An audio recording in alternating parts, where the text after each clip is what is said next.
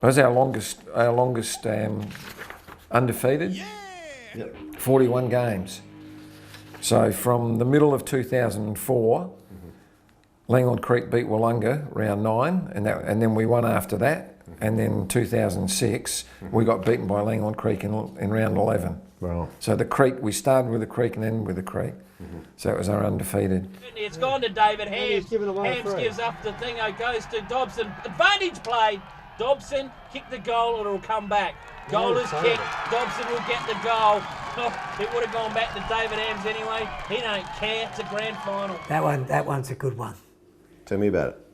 Well, they were undefeated, both A grade and B grade. Yeah, that was, we beat Langlands Creek. And Gaz, the B grade won, and then.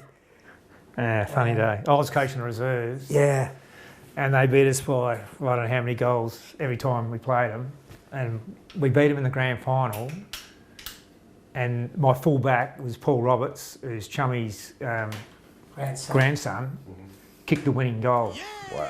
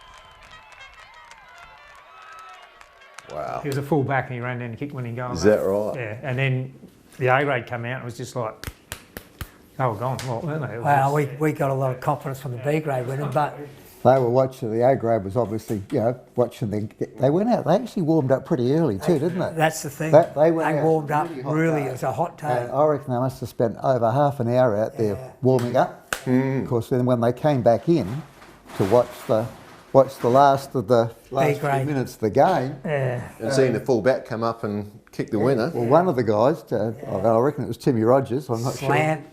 He put his fist through the door when they lost. Oh, yeah. So suddenly we're going, oh, that's all right. And rest is history. Yeah, it was. They had their T-shirts printed. Yeah, they had They everything. had their wines already done with labels on them. Yeah, that put them back a bit. Great. They recruited a lot of players that year too. They probably had 7 or 8 guys straight out of Sample. So consequently the reserves are a lot stronger and it just goes, it just went, Chance now for Willunga again to get it into that centre. They get a good bounce, they don't.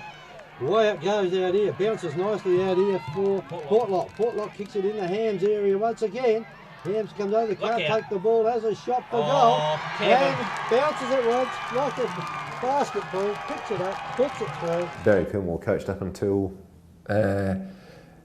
So we lost the prelim, then he won 6 at 7. And then he coached another 5 years. And Barry's a coach. Really, I mean, Baz, footy credentials through the roof like crazy. I don't think there's another, Southern or great Southern footballer that has the credentials that Baz had. What I thought Baz was the best at, we had a lot of different personalities and egos in our team, like lots. Pretty much sums it up there, Dave. Yes, we were a very talented squad. Dave was one of the personalities that had to be managed? Dave was one of the stronger personalities. Ben Thompson was probably as a dual forward combo, were pretty harsh on each other. He's hit it on the head there. That group of guys, they all went to each other's weddings. They all looked out for each other. They, you know, worked they together. became really good mates, and once they developed that within their group, they were unbeatable for 6 years. Todd Steele, he was actually skipper for a while, is that right? All six. All six? Yeah. Wow. Umpire will come in and throw it up. I've just seen a horrible sign there for Langlands Creek with Mitch Portlock coming through that centre line 100 mile an hour and just missed the football by a bee's whisker. Yeah, he's done that a few times. Oh, well built it down there by Steele, almost in the centre half forward.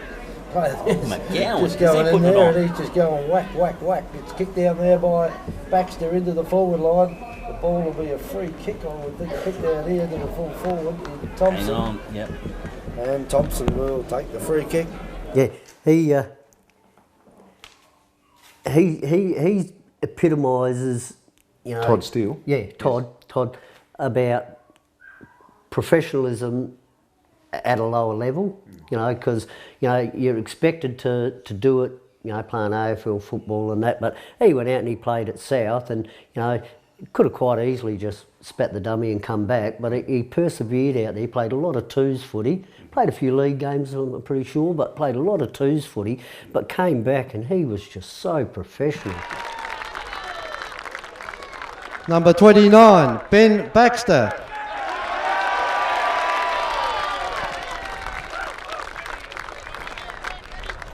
Number 1, Todd Steele.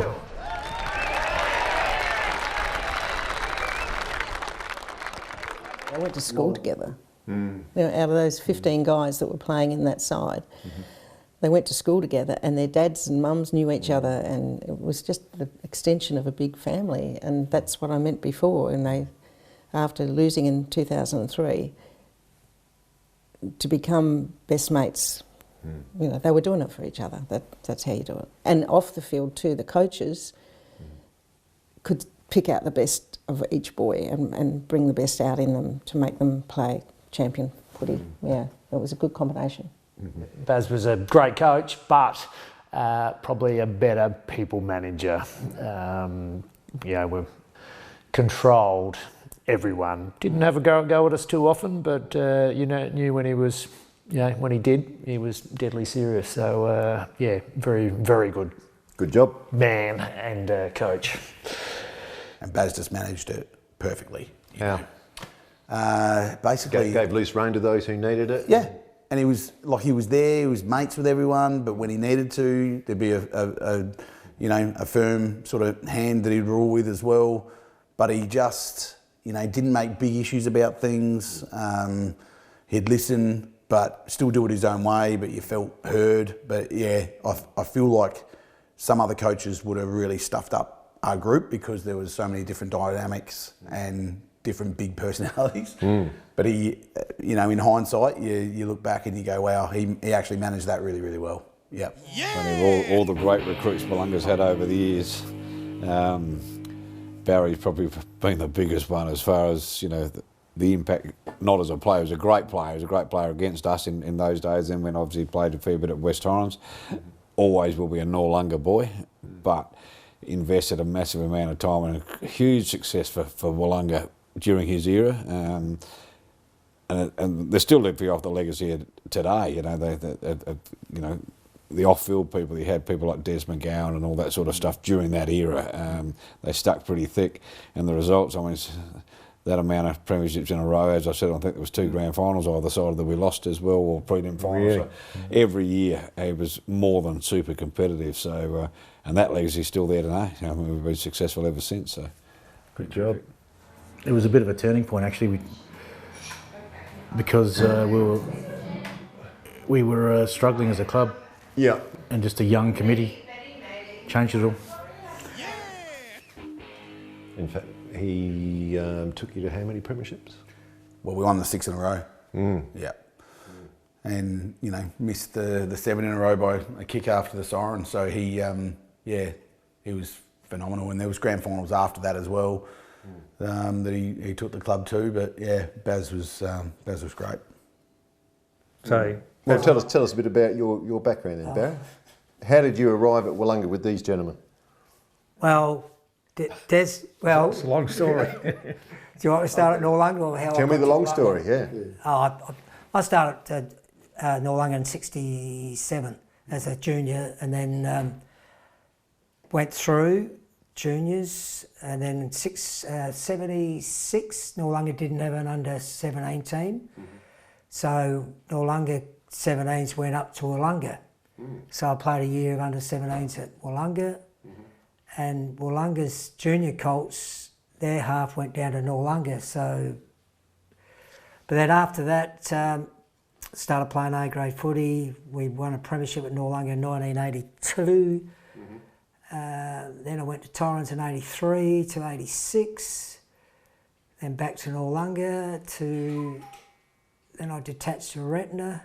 Then they conned me into coaching. Then I went back playing. We won a flag in 91. I forgot 86. We won a flag in 86. Coached the flag in 91. And then kept playing up to 2001. Then I coached Ranella for a year, and Gerry was the president of Ranella. And we got beaten in the grand final by Willunga. That was a bit of a, yeah. So in 2002, I ended up back at Willunga, played a bit of B grade with my mate, and then ended up playing the grand final of the A grade against Brighton and lost that. So the only way I was going to stop playing, how old was I then? 42. So then Was to coach again. Was a coach.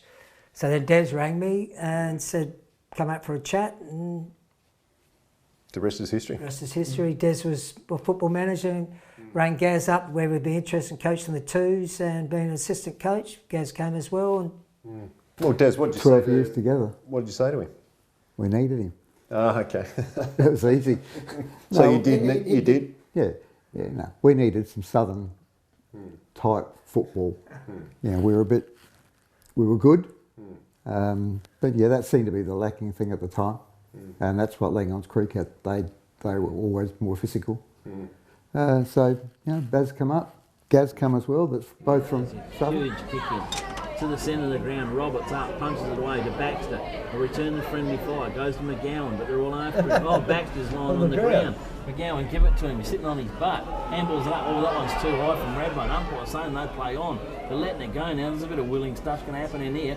Out the centre wing it goes again. Baxter steals the footy, backwards it goes to McGowan. McGowan just a hurried kick away, didn't look where he was going. It's gone straight down the throat of Langons Creek and straight down the throat of Nick Warren.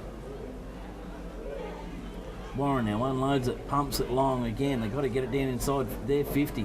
They're wasting all this quarter with the wind right up their tail. Willunga are used to it. They do through Waterwitz. Waterwitz pumps it again, top of the 50-metre up. That is a good grab by the little fella there, and Matty Moody. Oh, he's Moody got a player in the lead spotted too. Mitch Portlock out Two of wide. them. Oh, they're nearly taking each other apart. Where's Des McGowan from? Too high, was it? Des, when I came to the club, I think Sam was just starting to play. Leads and gets his kick away. Up from the back of the pack is McGowan on Batsavalis. And Des was there. Des is actually was heavily involved in surf lifesaving, and I'm not sure about his football. But John Hall, that you talked to, he knows Des from lifesaving. Right. Yeah. So, but Des, good footy smarts. Yeah. Very. the thing at times, Yeah. Sorry. the things at times was that we had good players, but we didn't have a good team. And once they got the taste and they really grew with each other, they were brilliant. Taken out there by Waterwitz. Ball goes up high into the forward line. And Oh, that's a huge mark by Garrett. Where did he come jumped from? into the back. The ball was going the opposite way. And Garrett's taken the mark no matter. That is You're going well, things go well for you, don't they? He's a courageous mark. He's only a little fella and he got mixed up in a big bunch of players. And Garrett now's got a chance to put through goal number 2. Or goal number 15 for Willunga. We've seen how courageous this guy is. He got ironed out in the first couple of weeks ago. And Garrett comes in here as a shot for goal, and I think they all like it. Full-back's down there saying it went over the post, and no it didn't. There's a goal to Joel Garrett, and that is Garrett's second goal, isn't it? Yep. It is Garrett's second goal. And they always worked hard. The thing is, it didn't matter what I threw at them. And my biggest thing was fitness. So if you were fit, you could do anything. And no, they were keen. Trouble was, we just kept falling short. But once we got the taste of it, there was no going back. Gerry again. He's having a day off. But was it pretty much the same players or same team basically that you took through, or did you bring players with you? You would have brought one or two probably. The core was always there. I think there was 8 players. Played all 8 players 6. played in the 6 of the print together. Wow. So that's a fair portion of your That team. And we always had good, there was a small feed of young blokes Kids coming in, yeah. because being a good team, you had to be good to get in the side. You had to be a good kid to get in. And then we only ever recruited what Baz needed. We'd go out and try and just get what was required. Mitch Portlock has the wing, has a bit of control, bit of airspace. Loads up the footy, down the line to Baxter. Baxter's out on the far side wing, centre. Baxter looks up, he wants something to go to. This has got to stick for Willunga. The kick's a shocker. Bowdy in front, Thomas, not paid the mark. Play on, second bite didn't happen. Hanging on, free kick Strath. You don't reckon it lit up the Strath people down here when that arm went up. Strath album, load up the 40 to the middle of the ground. A good mark. Taken down there by Alex Williamson. The kick, a high one, high up underneath it. A good mark taken down there by Willunga. And Chris Patterson. Chris Patterson nails it. It's 1 point to go. It's 1 point for Willunga. Chris Patterson, you'd want to be sure the scoreboard's right before you hose it. Yeah. 3, 4, 1 behind. Willunga will win by 2 points on the Orcas Taxi scoreboard. Its scoreboard should read 12 goals, 13. The Strath Album, 13 goals, 5. And you won so many close games in grand finals. Yes. Yeah. I mean, you beat Langhorne Creek there, which was probably, I think, was your only score in the last quarter, going with the wind. Yeah. I think, is that right? Well, I don't know with the wind. I think the wind dropped out a little bit, but at the same time, we got a fair lead up in 3/4 time. We're miles in front. There was a bit of Oh, mind you, there was that goal that was not allowed. disallowed. Yeah. Oh, yeah. Yep. So yeah, I snapped one that was a goal, and it would have been a sealer. And it wasn't given. It was called touched. And it wasn't. And I had a go at the umps, and I got a 100-metre penalty, and they kicked a goal. And that cost us 250s and a goal, and then it went straight out of centre for another goal, and it just They got a run on. They got a run on, and So it was a 2-goal turnaround, and then we couldn't get back on top. So I literally, if Reece Lukes didn't kick that goal, like, it was on me. So I was just so thankful that he crumbed it and goaled it. I was standing right behind him. It was a mongrel floater, but it went through. But yeah, I thought we were done. Yep. It wasn't touched, your goal. No, it bounced through. They got Mannion. Now it is to Buckley. Now it is in front of him is Baxter. Baxter stands firm, grabs the footy, runs off of Buckley, goes in, loads up for the goals. Big punch away it is there at the last line of defence is Shane Rothy. And the big mitts were up there for Steele. And Rothy gets the footy away and gets it to the boundary line. Still in danger of territory for Langhorne Creek though. Willunga. Henry umpire throws it in again. Big punch it is, goes over to Thompson. Thompson now dishes out a handball to his mate and Hams. Hams has a snap for goals. Oh, it breaks. The ball is just bouncing their way. Gets a right break and Hams gets another goal on the board and Willunga get their 11th. They are 11-2. Langhorne Creek 4-10. How's he called that touch from the goal line? Here's the replay. Pretty bleak out there at the moment. So no one's touched it. There's no one within a country mile of it. No. Hang on, we've gone for a point. Must have been a point then, okay. So anyway, there's only 1 point going. We better take a goal off Hamsey for that. True. But someone, Ash Manuel it was, who's footy smart, he's a good player, he called touched and then umpire just rolled with it. And I'm like, who touched it? That's all I asked. I said, who touched it? And I asked him 3 or 4 times and I got 100-metre penalties. still don't know how we come back. They basically had the ball locked in their forward 50 for ages, until Toddy, yeah, we got it out. Toddy got a long kick out of defence, and all the Langons boys went out, and Benny just Reese loose, yeah, Benny touched it down. That was it, goal. Puts it on the left boot, kicks it back in again, and the Creek players are down there. Up they go. Lutz. Here comes out Lutz. Lutz has got a shot. No one home, for Kev. goal. No one home. Oh, Willunga are back in front. Lutz has put it through. Oh dear, out at the loose. death knock. They're waiting on the umpire's decision. It is. It's a goal. goal. It's a goal out here to Reese Lutz. Oh dear, where did that come from? It came Reece from Lutz? nowhere. So that's 69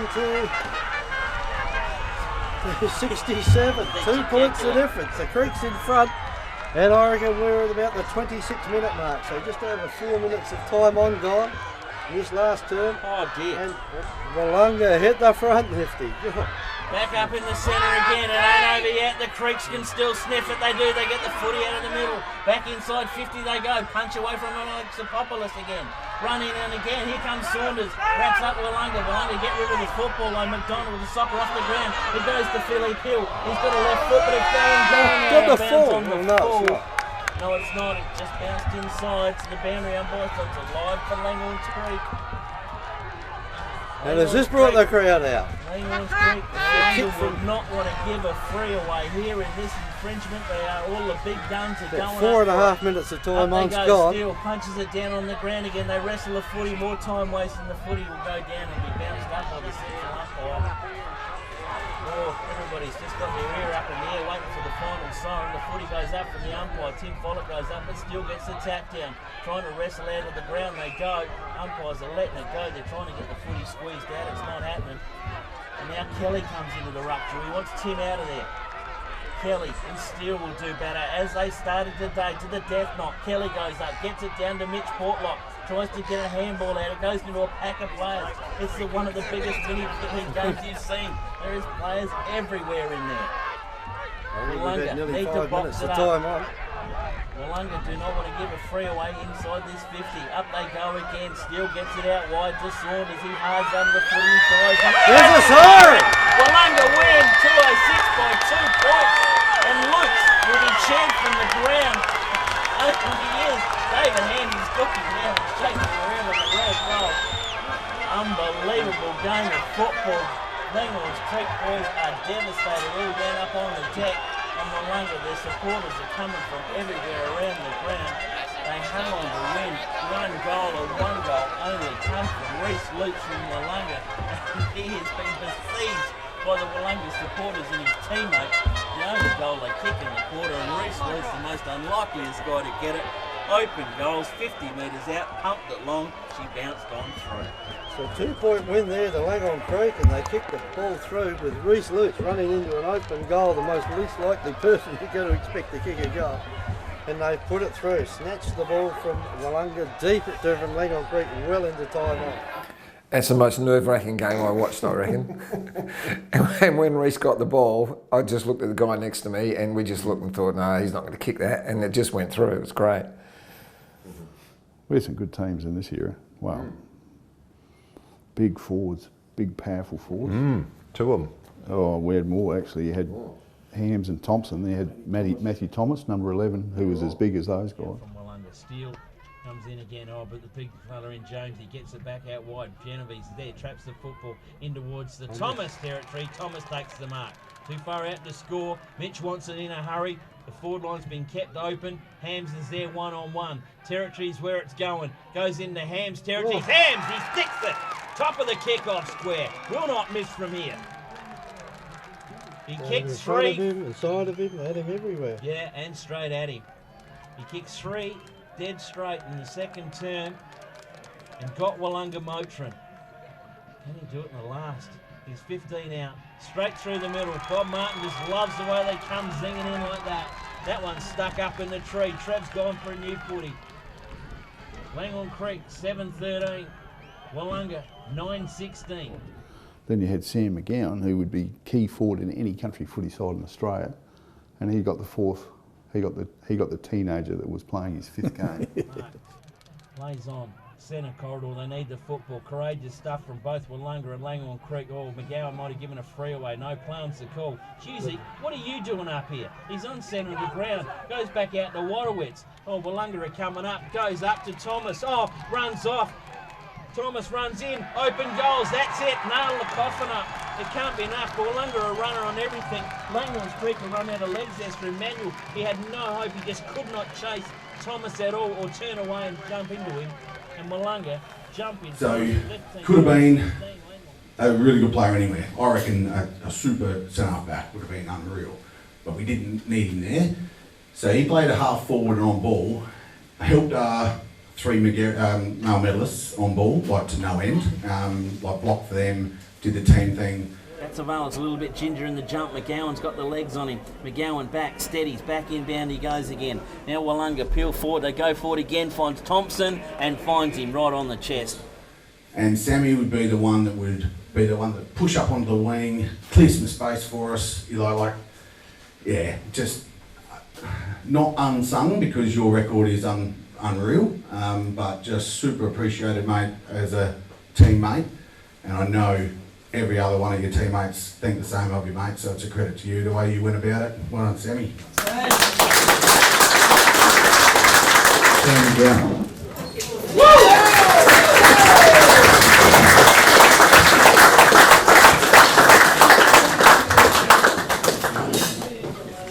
And I'd ask, I'd like Sam's dad Des to come forward to present his award. Now Sam started playing junior footy in the early 90s. Captain of under-17 premiership side, I think. Played in the under-14 premiership side. Debuted in A grade while he was still a senior colt. Played a total of 305 A grade games, 47 B grade games, for a total of 352 games for the club. Look, I've just got a couple of things here. Sam was one of the most unselfish players that I think our footy club's ever had. I think if the club had needed Sam to play really pivotal and vital roles around centre forward, full forward, you would have kicked thousands of goals. You would have been winning heaps of BNFs, but you were so unselfish. You spent a lot of time doing everything to make your team better. And the one thing that we always appreciated, and myself and a couple of others definitely benefited from it, was you were constantly doing what we needed as a group rather than what was best for yourself. The kick in comes back in from Willunga. It's a beauty. It's fine going out to Craig Dobbs. He's made a bit of a meal of it, but comes up and picks up quickly. Goes handballs on the Baxter. Oh, he's got one ridden in the Gazman in the ground. Play on's the call from the umpire. Dobson runs on again down the line. Pinpoint accuracy and finds Hams. Hams centre wing, long way from where you normally see him, but comes back, loads up, looking for McGowan. Underneath the footy he is, the big fella. One grab, two grabs and bites the cherry. How did it all start at Willunga? So we grew up at Bedford Park. I think moved down to Willunga probably I was 7 or 8 years old, I think, which was when sort of you get to know new people in your area, straight to footy club. I reckon that was probably 9 years old, 8, 9 years old, so still going after since 9, but Barty was my junior coach. Most of the trainings consisted of hangers on Barty's back, but that's how you learn to take a good grab, so I think that's where it all started. Through your junior days, pretty successful? I reckon that jipped me up there. So I think 14s, 2 grand finals, 2 flags, 17s, a couple of grand finals, another flag. I don't think there was any years that we weren't playing finals, if not grand finals, that's for sure. That's a pretty common story for a lot of our players, kids, even senior footballers, that we're very spoiled for success, but attitudes and efforts like yourself definitely drive that. Longevity, what do you put your longevity down to? So it's definitely just the love of the game, and I think this place has been such a good place to play footy, so while you're winning it's pretty hard to stop, but probably being a tradie as well, you know, you're pretty conditioned from week to week and just getting out there and being on the track all the time, but yep. Good blokes, good bunch of blokes and a good club, so why stop, really? 100% agree. So how many GFs as a player or coach were you actually involved in? I was trying to figure this out before. I think as a player it's been 19, I reckon, and as a coach, assistant coach to senior Colts flag and 2 more in under 14, so I reckon we're 20 maybe, 21. Thanks,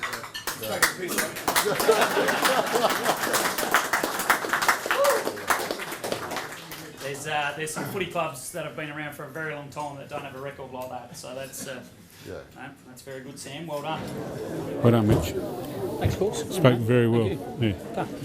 Mitch, Terry's going to do a bit of chat to you. Do you mind if I put this on you? Here or somewhere else? Yeah, when you first joined the club as a junior, yep. Where did you came from Aldinga, the Sharks as well, who were obviously a good club for you then as a kid. The motivation to move obviously was because of players like Matty Wallowitz and others. And Adam, yeah. So no, Carnival, who we love dearly. What it comes look at is the terror of all terrors in Mitch Portlock, the runner up to the male medal. When I moved, it was Aldinga was a Division 2 club. So they were in Division 2, and why I moved was a lot of schoolmates, but also, obviously Adam being, someone that I really looked up to, had already done that move, along with a guy called Jared Kurtz, who had both been at Aldinga and come up the year before, or gone up the year before. I lived in Willunga as well at the time. Oh, right, okay. So I was driving down, not that it's far, but I was driving to Aldinga. So I made the choice to go up to Willunga, and it was a little bit when we were kids. If we had 6 under 18s come and join the A grade, that would double the training numbers. So training level was really low at Aldinga. It was what it was. So and when I came up to Willunga, I was living in the town. I walked over, went to training, and saw 40 people on the track, and went, this is not really country footy from what I know it to be, because the numbers where I'd come from were really low, and so I just saw a motivated group of people, and it was people like Damien Smith and Rob Barracina and Ben Gibson. There were a lot of great people around the place that were leading the charge at that point in a really strong footy club, Eamon Bull and Julian Farkas. It was fantastic, and I went, wow, this is what footy could be. Little do you know, and even like what David just touched on then, little do you know how much better footy can get again. But Mitch Portlock can play. Ports is good. Yep, he was definitely one of the sharpest. Skills, balance, sharp wit as well. Funny to play with. You get into him and he'd fire one back pretty quick. But nah, he was as good as anyone. He's probably, I wouldn't say it to him, but he's top handful that's ever played at the club, I reckon. For a community country football club, Willunga was the pinnacle, and it definitely was the pinnacle. So I just learnt heaps and went, well, this is where I want to play football, because I want to be challenged a little bit and feel like I'm in a successful environment, and that's exactly what it was. So I learnt heaps, and after a year, Paul Crate was really encouraging and pushed me to go down to South Adelaide and play under 19s and reserves as an 18-year-old, but that was the best thing about coming up to Willunga, was just seeing the. So you came to Willunga as a junior or a senior? I was a first-year senior, so I didn't fit under 17s anymore, but I could have played another year of juniors in Southern. So I missed by 3 days. Yeah. I missed by 3 days, so I was so straight into seniors, and fortunately was in the A grade team first round. My one B grade game, as everyone seems to dine out on and have a good time with. Hey mate, you gave your soul to the club. I was about round 6, and it was when the bench. I played 5, by the way, well B done. grade. There you go, well done. But they didn't use the bench then, so if you started off, and as a 17, 18-year-old, you started off more often than not, and I was, after 5 weeks, it was like, go back and play football, because I'm playing half a game every week, so I did. And then the following week I was back in the A grade, and it was just a really good learning environment. A lot of senior footballers. You've got to have a little bit of mungle. Oh, you do. Yeah, we had. I think we became. We became Langwards Creek a little bit. Yeah, because that's what Langwards done. It used to boss everyone else around. That's what they've done for a while. So yeah. I've only been back there a couple of years, but there was lots of guys that lost a lot of grannies. So even though in the end we beat them by 10 goals, it didn't feel like that. It was only the last couple of minutes where we sort of realised, right, this is in the bag. And Wodowitz has got the ball now. Plays on back into the centre. Oh, there's a bit of a clash there, but Kurtz takes the mark right in the centre. Leads out, and this is the problem they're going to find, the big fellas down the forward line. Because Langhorne Creek had been winning. Yeah, they'd won the 2, I think, before that. Yeah. No, McLaren Vale knocked us off in a prelim in 03, which was the catalyst for us to be better. Right. That crushed us. You know, we were the best team in 2003, but got done in a prelim. Right. We probably gave away too many 50-metre penalties, especially 50 metres and another one on top of it, so it resulted in a goal straight. I think that happened a couple of times, but... Right, yep. And then had a massive footy trip in the Gold Coast, and it made us. A couple of 4 a.m. chats with some key players, and it was just classic. And yeah, we come back and we're unbeatable after that. Yeah, great. Yeah. Timmy Follett stays in front, gets the dishes out the handball now. Still comes back to Thomas. Thomas over it goes to Portlock, punches on cleverly. Look at Pout, through they come, through to Movie, through to Baxter. Baxter needs a new Guernsey. He needs a new 29. The sleeve's been ripped apart on it. Goes to Hams. Hams takes the mark. I know they had the wood on us for years before, but I do feel like we were probably the best team that year because after losing 03 in the prelim, like nothing was really going to stop us. And then he's mentioned the preliminary final in 2003. Yeah, we got beaten. The wet day. We don't want to talk about that. Wet day. But it was a catalyst. Yeah, wet day. Yeah, it was.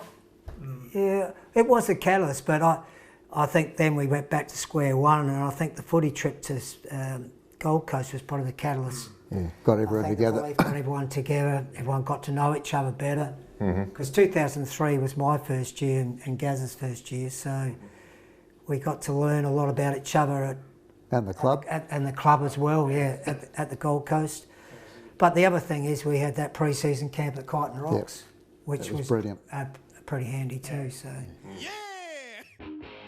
And one of their good players, Jimmy Bats-Savalas, who got best on in 02, a couple of years before, I remember him saying that as soon as he saw us in the warm-up, he knew they were in trouble. Like, they felt we were a better team. Same as at the races, you can tell the horses. Yeah. In the mood for it. Yard, yeah. Yeah. Yeah, we peaked at the right time there, didn't we? We peaked at the right time. We hit that grand final and those boys are very hungry. But that second semi-final though, Gaz, against Encounter Bay, Encounter Bay beat Langhorns in extra time. Correct, yeah. I think Modler kicked a goal after the siren He or did, something. yeah. And I think straight away then Langhorns had to come through a couple more finals. Yeah, they did. Yeah. Yeah, that was at Willunga, wasn't it? That was at Willunga. Mods kicked that goal from the boundary line. Yep. Well, it was unbelievable, the goal. Oh, it's incredible. He was he kicked six or seven on the losing side. But I think we beat Encounter Bay by 10 goals. Yeah, we had their measure. Yeah. The week after, so it set us up for the grand final. Got the gods in Yeah, their but you've favour. got to get it there though, don't you? That's right, and that's the only trick they've got to do, is get it down the other end. Tomo. Comes out again, Tomo, don't give him the footy. Don't let him have a shot Oh, at goal. he's got it. It's all over. Ben Thompson, you're Don't put him on his left foot. That's Benny Thompson. Oh, wow, what a player. Big Tomo, yep. Yeah, his goals are terrific. Yep. Where did he come from? He's a Willunga boy, born and bred, and then went to South as a junior, back to Willunga, then went to the Bays, won a league best and fairest, got drafted to St Kilda, back to the Bays, back to Willunga. So yeah, Willunga kid through and through. Play on calls the umpire. Down goes Baxter, who I think that might have been around onto the left foot. Tomo takes it one-hander. So how was he, younger or older? Benny's a couple of years older than me, yeah. So you grew up watching him and then playing juniors with him, or? No, I didn't play juniors with him, but I watched him when I was a kid when he played A grade at Willunga before going back to the Bays. I watched him, and then actually Terry, his old man, played with my dad, and they're really good mates. And for They go for it again, whatever finds reason, Thompson it was New and Year's finds him Eve right on the for about chest. 4 or 5 years in a row. Ben and Terry and me and Dad would play a game of golf before New Year's Eve. Right. So yeah, that was always good that we did that. Yeah. Anything to say about Ben Thompson? I only did Ben as a young lad. I played with his dad, Terry, who's still involved. Terry's still involved. He's massive amount of years of work on the Great Southern Footy League and obviously at Willunga. And then Ben obviously was successful as a junior at Willunga.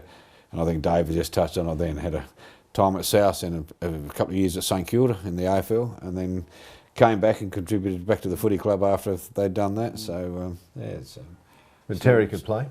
Terry's a ex-New South Walesman. I think originally used to know, we used to talk rugby league a bit, but yeah, good, really good solid halfback flanker. Back in the early, when I first went there, Terry was playing, so that would have been the early mid-70s. So then had a few injuries, I think, later, and then obviously business and everything else that took him away from the club for a while, but always stayed involved, but had a massive contribution to the Great Southern Footy League over many, many years. So, and still involved in Demons Club these days and contributing to the footy club. So, 50 years down the track. Tomo had this incredible tackle that I used to call the Thompson Twister.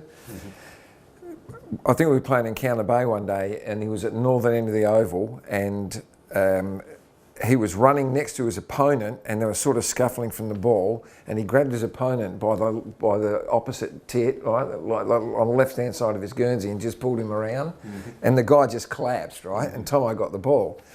And about 3 or 4 minutes later, the same thing happened. And a couple of minutes later, I happened to get in there, and the guy just backed right off, didn't even finish the tackle. Perfect. Always try and think about Ben's career at St Kilda, and I remember he just started playing half reasonable football, and I was sure it was against Sydney in Sydney, and he got this really bad corky, and they flew him back that same night, and it bled, and I can't remember him playing another game after that in the A's. It's pretty funny playing footy with him because he's a big bull, and I was pretty boisterous out there as well. So us two playing up forward, it was interesting for everyone else. We used to yell and scream and abuse everyone around us. Yeah, right. So it was volatile at times, but geez, we kicked some goals between us. It was good. In comes Ben Thompson. Oh, look at the goal up. Bob Martin hadn't even bloody well moved. That's crap, Benny Thompson. That is unbelievable. 9 goals in the grand final. That is unbelievable. I tell you what, Nifty. Lucky I had my fingers crossed, Kev, I tell you. Hey, that is unbelievable. This guy, like 9 straight in this game. The funny thing about that final series, and I think the commentators mentioned it, I don't think he kicked a point. I think he kicked 8 or 9. I think he kicked about 5 or 6 in the second semi, but... he would just happily hand them out. Like he brought people into the game. He did. Yeah. He just strong man. Yeah, he didn't count goals. But not for much longer. Picked up down here by Kearney. Kearney kicking in looking for Thompson. Bounces over the back. Thompson puts it on the left foot. And she'll go for another one. See, Ben played, when he first came back, Ben was playing in defence. Yeah, he was, that's right. So we were trying to balance the side up a bit, and we thought maybe he'd be a better option for us up forward. So it worked well. It was because the year before we were all over, 2003, we were all over the place. We had guys who all wanted to stay on the ball all the time. It just didn't work. So we lost a couple of players. We got a couple of key players. Todd Steele came back, which was a big plus. Craig Dobson. Craig Dobson was the other one, and they both added something that we didn't have. Simmons in it, still going for it. Wilson wants it. Wilson gets dispossessed of it. Willunga get it backwards. It goes to Haskett. High ball, high up in the air, and it's gone down the throat of Daniel Simmons once again. So he's starting to get a couple back on Ems. He'd be feeling a bit better now. Simmons loads up, comes out the wing to Pegler, gets the footy knocked away from him by Bennett, who picked up and well roved up there by his teammate through Maxwell. Maxwell gets the footy up into the centre circle through McDonald. McDonald now kicks up towards centre half back, but Steele is back there having a rest. He had to pop up sooner or later, and Steele goes for his teammate Ruckman in Horsfield. There was a mention of Haskett. Yeah. Real good old Willunga name. Yeah, well, he was, but that's the era. And Brad went down on Sturt for a little while as a junior, but he came back and he's still playing now. Yeah. Is that right? Yeah, he played mainly on the wings through that premiership era, but now he played a little bit of centre half back and even a little bit of ruck because he's a big boy, but opposition sides couldn't handle him because he was too quick, too big. It just pushed him away. So. Down and you can't stop those tall players. Thomas takes it down the back. Wolford gets it over again. Oh, that's the run. Haskett. Haskett takes the ball, kicks it down to the Oh, ball. Kevin. Oh, they're dangerous. That's happened once or twice, hasn't it? He's a typical AFL prototype. I was going to say that's what the AFL loves. Yeah. He would, if he was here now, well, playing now as a kid, they'd be looking at him now. As a kid, he was that tall, wasn't he? Like, he was big, but couldn't run. Doesn't jump, but can run. Like, can actually run. Pretty hard to stop him once he's moved. Oh, shit. And right in front of us here at the McLaren Oval, both in brilliant weather for our grand final. Steele Pegler, do a battle again. Steele gets a big punch over the top. Carnivale runs over. The little fella, it's overrun him. Broom comes in with a late tackle. Players unsighted on that one. Mark's been taken and is by Haskett. Haskett now plays on all centre corridor. This is dangerous stuff.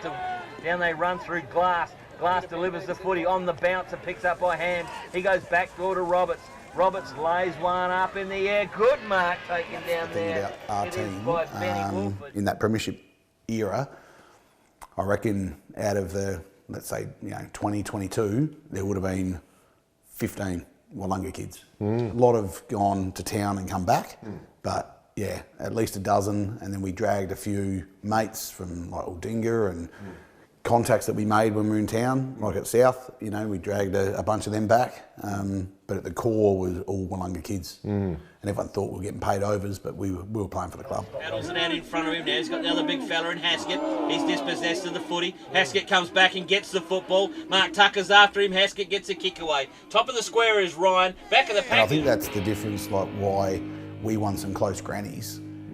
I always say, it's because we're playing for the club, and I always played, I was just brainwashed the guys that volunteered and did all the yards for the footy club, like the presidents and past players. Like I'd think about them when I'm playing.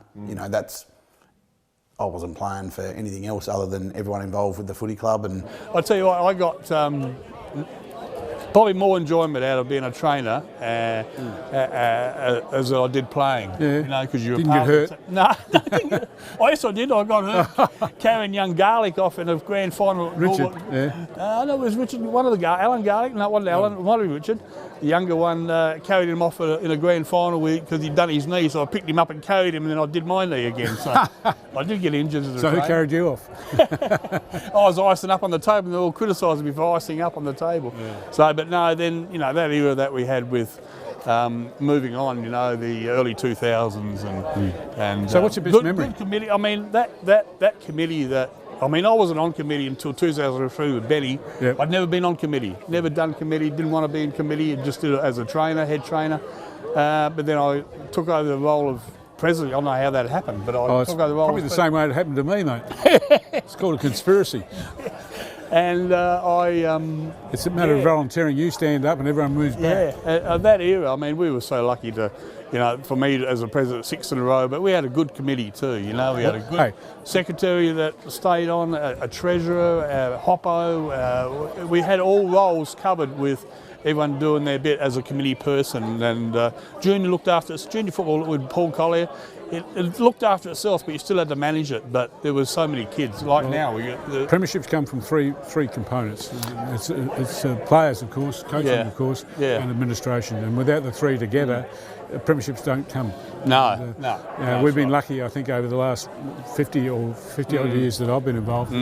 We've had all three, and haven't been successful in every year, but we've played in a lot of grand finals. A lot of grand finals. Our juniors have played in a lot of grand finals and premierships as well. Yeah. And I think it's been one of those things of the club. But volunteers like yourself are the backbone of the club. It carries on through people like Charlie, of course, and yourself. And how many years as a trainer? Myself, I started in 81 and probably finished in 2014.